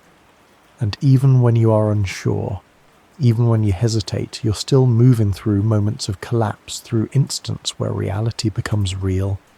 Not all at once, not all clearly, but softly, constantly. So tonight, as you lie here in the hush between dreams, Know that the present moment is not fixed. It is a shimmer, a thinning of probability, a thread drawn from the chaos of maybe into the stillness of now, and you just by being a part of that miracle, not just watching it, but being it. You're drifting downward again out of the quantum shimmer, out of the uncertain branches of decision into something older, something rooted below you. A forest waits. Quiet, breathing, slow, not in the way lungs breathe, but in the way mountains do, in the way time itself rests between moments. You settle gently beneath a tree. It is tall, not flashy, not rare, but ancient. Its trunk rises like a memory. Its bark holds the seasons. Its roots dig deeper than stories, and you lie there, beneath its canopy, wondering how many present moments this tree has known. Because a tree, you see, does not wear a watch. It does not track seconds. It does not name hours, and yet it remembers. Each year, as seasons come and go, it adds another ring, a thin circle of growth, a record not written in ink, but in wood. This process is called dendrochronology, the science of reading time in trees. With each spring, the tree surges forward. New cells grow quickly, wide and light. Summer slows them down. Autumn stills them. Winter halts them. The cycle leaves a mark. Light ring, dark ring, year after year, a story etched in stillness. You can count them, 100, 200, more. Some bristlecone pines have stood for over 5,000 years, silent witnesses to entire civilizations rising and falling, still growing, still counting. But here's what's most gentle and strange. The tree doesn't try to remember, it simply is, and being with the seasons, with the soil, with the sun leaves a trace. That trace is time, not measured by seconds, but by change, by what happens within the moment. A dry summer leaves a narrow ring, a flood, a wide one, a lightning scar, a lost branch, each one a chapter in the life of stillness. So maybe the present moment is not something you name. Maybe it's something that leaves a mark when you're not looking. And maybe that's true for you, too. Think of all the seasons you've lived through, not just the weather, but the moods.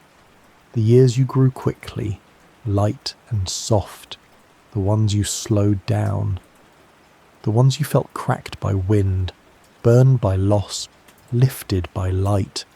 Those too were rings, invisible, perhaps, but real, in your heart, in your mind, in your skin. We don't count them the way we count years, but they're there. The times you changed even when you didn't want to, even when you didn't notice. You are not the same now as you were a year ago, or a month, or a breath, and yet you are still you, just as the tree is still the tree, even as its rings deepen. And here's something even more curious. Trees remember trauma.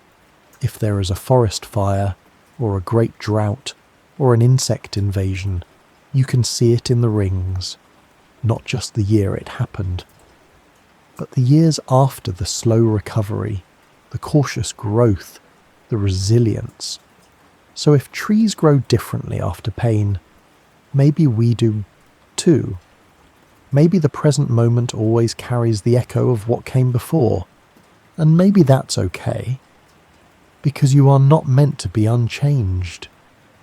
You are meant to carry time with you, just not on a clock, in the fibres of your being, the folds of your thoughts, the stories you tell yourself when no one is listening. And each day, each moment you are truly here adds another ring, not to your body, but to your presence.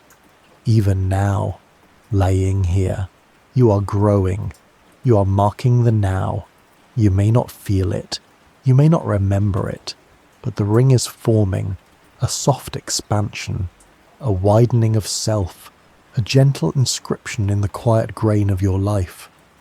And the tree knows, not in the way we know, but in the way things grow without asking.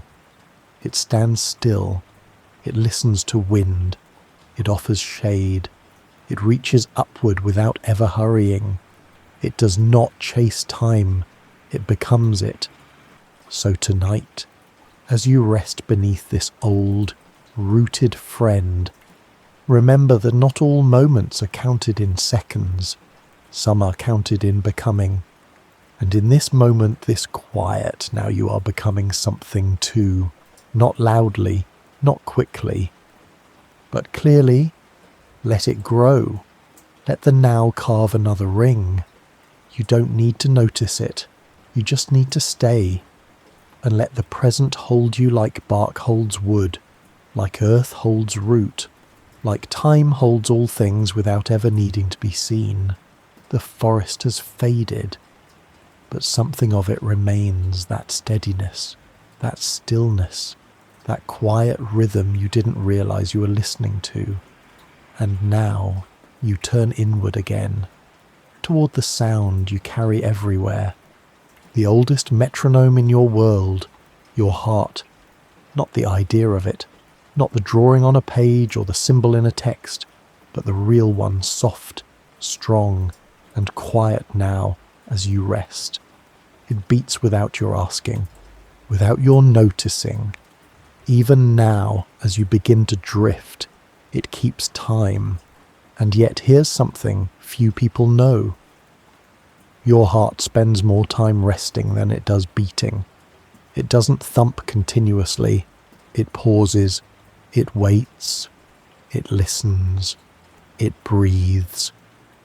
In every cycle, your heart contracts a movement we call systole, pushing blood through your body, filling every cell with life. Then it rests a moment called diastole when the chambers refill, when the tension eases, when the beat prepares to begin again in a healthy heart. That resting phase lasts longer than the beating one. Your heart is not a hammer, it is a wave, and that wave is shaped by silence. So when you think of your pulse, don't imagine a drum, imagine a dance. One movement, then space, then another. In those spaces, you're still alive, still present, still carried by the rhythm of life. And that rhythm, like all rhythms, defines the now. Here's a gentle way to feel it. Place a hand softly on your chest, or your wrist, or anywhere you can feel the beat beneath your skin. Don't count, just notice. Thump, thump, thump. You're feeling time, not by a clock, not by the ticking of seconds, but by the living rhythm of your body. Each beat is a marker, but each pause, that silence between pulses, is where awareness blooms. The pause is the present, because it's where you notice. You don't notice a continuous sound. You notice the moment it stops. You notice the gap, like the space between notes in music, the hush between breaths, the silence before a word. It is the in-between that tells you something is happening, and your heart, your faithful, quiet heart, lives in those in-betweens, even when you're asleep, even now. Some philosophers call this kind of time kairos, not chronological, like minutes and hours, but felt time the fullness of a moment, the ripeness of an experience, the now that carries weight. Your heartbeat lives in kairos, not racing forward, not ticking away, just flowing. Each beat followed by space, each space followed by beat. And here's something even more delicate. Your heartbeat changes, not randomly, but responsively. It adjusts to your breath, to your emotions, to your thoughts. When you inhale, your heart speeds up. When you exhale, it slows down. This is called respiratory sinus arrhythmia, and it's completely natural. It's your nervous system weaving two rhythms into one breath and beat. Inhale and exhale, expand and rest. The present moment lives there. Two in the way your body balances these tides without ever needing your permission. Even your thoughts can shift your heartbeat. Joy makes it quicken. Calm makes it slow. Fear, grief, or each one plays its own quiet melody through your chest. So you are never separate from time. You are swimming in it, not as a passenger, but as a participant. Your heart doesn't count time. It feels it. It creates it. And in doing so, it gives your mind something to anchor to. Think of all the moments in life when you truly felt present watching a sunrise, holding someone's hand, hearing a certain song. What do those moments have in common? They slow you down. They bring your awareness into your breath, into your chest, into that steady, quiet rhythm. And maybe that's no accident. Maybe presence isn't something you achieve. Maybe it's something you remember when your heart and your mind begin to move in sync. So tonight, as your thoughts soften and your body sinks into sleep, know this. You are not a collection of seconds. You're not defined by your schedule. You're not racing a clock. You are pulsing. You are pausing. You're living in a rhythm that has always been yours.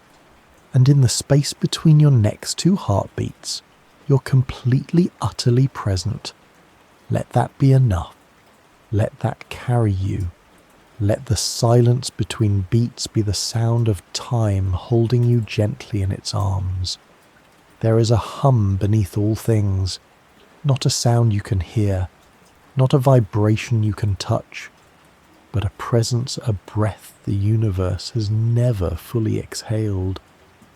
Tonight, you drift far from your body, far from heartbeats and neurons, far from trees and tides and mountains. You are floating now in the deepest silence of space, but space is not truly silent. It hums, a low, ancient whisper that has been echoing since the universe was born. This whisper is called the cosmic microwave background, a phrase that sounds like science, but feels more like poetry when you understand what it really means. It is the leftover light from the moment the universe became transparent, a time when the cosmos, once hot and dense and glowing, finally cooled enough for light to travel freely. Before that moment, about 380,000 years after the Big Bang, the universe was a fog, a thick plasma where photons bounced endlessly, unable to go far without hitting something. But then it cleared, and in that clarity, light was released. That light is still travelling, still expanding, still cooling. And some of it, some tiny fraction of it, is reaching you now, not with colour or heat, but with presence. It fills the universe like a quiet chord, a held note from the first breath of everything. And it's everywhere. If you could turn your eyes into perfect detectors, you'd see it a gentle glow in all directions, the same no matter where you look. The echo of the beginning, measured at just 2.725 degrees above absolute zero. This radiation is faint, ancient, and persistent, like the smell of smoke long after the fire is gone. It is not just background noise, it is background time, a cosmic now that began nearly 14 billion years ago and still moves through us. You feel so small sometimes, so anchored to this little moment, this Tuesday, this hour, this breath. But you are also the result of time unfolding since that very first expansion. You are walking through light that began before galaxies. You are made of particles that once danced in that first explosion, And the present moment it carries that light still, it carries that hum. Even your microwave oven, strange as it sounds, was named for this background radiation, a quiet nod to the echo that fills every corner of space. In 1965, two scientists, Arno Penzias and Robert Wilson, accidentally discovered this hum. They were working with a large radio antenna, trying to remove a persistent noise. They thought it was bird droppings. They cleaned the equipment, adjusted the cables, recalibrated the system. But the noise remained. Eventually, they realized it wasn't noise. It was the universe itself, calling through the silence. And that discovery changed everything. It gave us a glimpse not into the stars, but into the before, into the moment when time first began to move in one direction. This hum is not just sound, it is evidence of time's arrow, of expansion, of the fact that now wasn't always possible. Time had a beginning, and yet, here you are billions of years later, on a quiet planet, in a dark room, listening to a story about a hum you cannot hear. And still, it's with you. It's in the space between your thoughts, in the silence after a sentence, in the pause between stars. It's in the darkness that isn't empty. That hum is why there is now instead of nothing. And isn't that beautiful, that the present moment is not just the sum of your experiences, but also the inheritance of the universe's first whisper. Even now, scientists study it. They map its fluctuations, tiny temperature differences, just a millionth of a degree apart. And those fluctuations, they form the galaxies. Yes, the clusters and spirals, the stars and planets, the atoms in your hands. They all began as wrinkles in that cosmic breath. So when you wonder where time comes from, remember it comes from change, from expansion, from this hum unfolding ever outward. And when you wonder where you come from, remember, you're a ripple in that same hum, a pause in that same song, a verse spoken in the same breath as the birth of stars. The present moment is not just your pulse, or your thoughts, or your place on a map. It is the echo of origin. And right now, as you lie still in the hush of this hour, you're listening to that origin. Even if you don't know it, you are held by it, wrapped in it, defined by it. The hum hasn't stopped. It never does. It just grows quieter, colder, wider, but always there, like a lullaby that began before time had words. Let it sing you to sleep tonight. Let it remind you that even the quietest moments carry the entire weight of what came before, and that the now you rest in is older, softer, and more infinite than anything your clock could ever tell you. You've drifted so far tonight, across breath and biology, through light and choice and hum, and now you pause. You are still, but the moment isn't. You reach for it, this thing called now, hoping to hold it, to name it, to feel it fully. But the moment you touch it, it's already something else, already past, already changed. Like trying to cup water in your hands only to feel it slip through your fingers. Like chasing the horizon that keeps moving as you move. The present moment, so simple in thought, is one of the most elusive things we know. You might ask, what exactly is it? A second, a fraction of a second, a single point on a timeline. If you try to measure it, you find it has no thickness, no volume. It's not wide enough to rest in. And yet, you live your entire life in it. Every breath, every word, every decision, every blink, all of it occurs in this ever-moving sliver between what has already happened and what hasn't yet begun. The philosopher Augustine once said, "What then is time if no one asks me? I know what it is. If I wish to explain it, I do not." The present moment resists explanation because it doesn't hold still long enough to be seen. It is a shimmer, a mirage, like the heat wave that rises above summer asphalt, visible but untouchable, real but not solid. And the more you look at it, the more it seems to fold into the past. Think of music. You never hear a single note on its own. You hear it in relation to the one before and the one after. The melody is made of moments, but no one moment defines the song. Your awareness is like that too, always informed by what just happened, always anticipating what might happen next. So how can we ever be in the now if it is always in motion? One answer is this: you can't hold the moment, but you can ride it, like standing in a stream. The water moves around you, but you remain steady. You don't stop the current. You feel it. You're not separate from the flow. You are part of it. Even your brain agrees. When you experience now, you're not experiencing a single instant. You're experiencing a window perhaps 3 seconds wide called the specious present.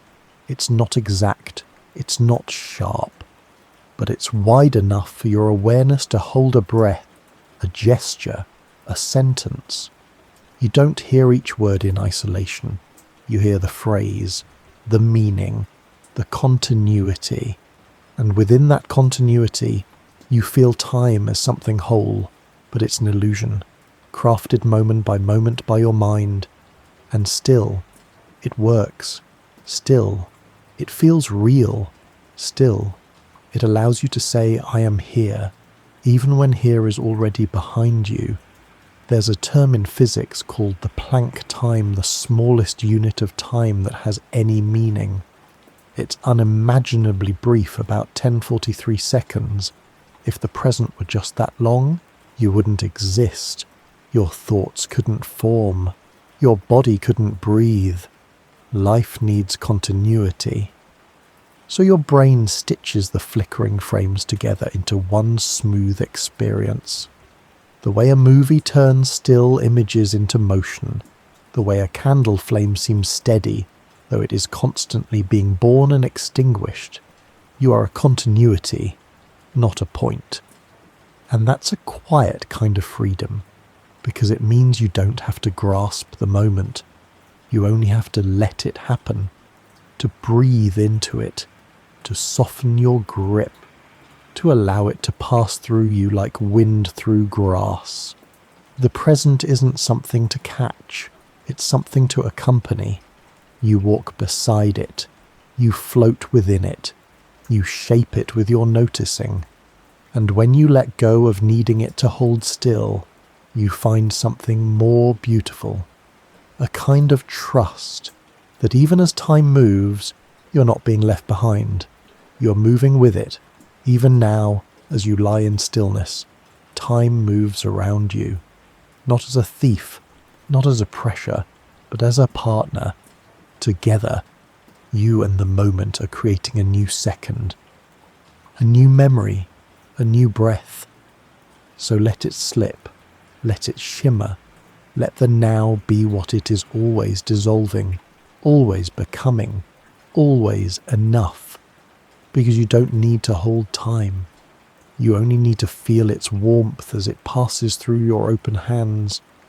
And know that in each passing shimmer, you are still here, still present, still real, still unfolding.